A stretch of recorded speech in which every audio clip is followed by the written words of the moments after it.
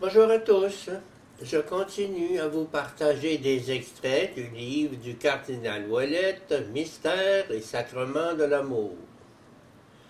Établi Fils de Dieu avec puissance, selon l'esprit de sainteté. En ressuscitant le crucifié par la puissance de l'Esprit Saint, Dieu révèle en effet définitivement son identité trinitaire et la vocation de l'homme à la vie éternelle. Il révèle plus précisément qu'un de la Trinité est devenu homme, et qu'en cet homme, tout homme est appelé à devenir Dieu par participation. La résurrection confirme par conséquent que Dieu le Père a un Fils consubstantiel, engendré éternellement, est venu dans la chair, dans la puissance de l'Esprit Saint, pour sauver l'humanité. La résurrection est le sceau de la Trinité sur l'Alliance.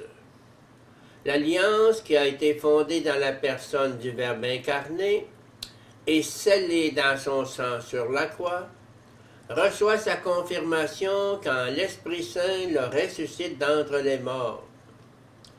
L'éruption de l'Esprit Saint dans la chair du Christ, qui en fait un corps spirituel et un esprit vivifiant, est la preuve du succès de l'Alliance, la preuve de la fécondité de cette Alliance, qui est ce même Esprit Saint répandu. C'est pourquoi il revient à l'Esprit Saint de confirmer la fécondité de l'unique médiateur de la Nouvelle Alliance par l'Eucharistie, qui fait l'Église en la constituant corps du Christ et épouse de l'agneau. Ce que l'Esprit de vérité confirme dans l'éternité, à savoir l'amour consubstantiel du Père et du Fils, il vient le confirmer dans l'économie en établissant le Christ, Fils de Dieu avec puissance, par la résurrection d'entre les morts.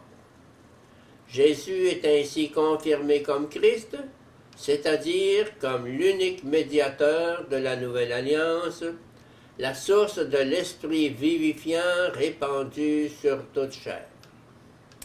Cette confirmation se répand sur l'Église à la Pentecôte, où les apôtres reçoivent l'Esprit Saint, témoin par excellence de l'amour trinitaire, qui leur communique sa lumière et sa force, pour être eux-mêmes témoins du Seigneur ressuscité et ministres de la Nouvelle Alliance.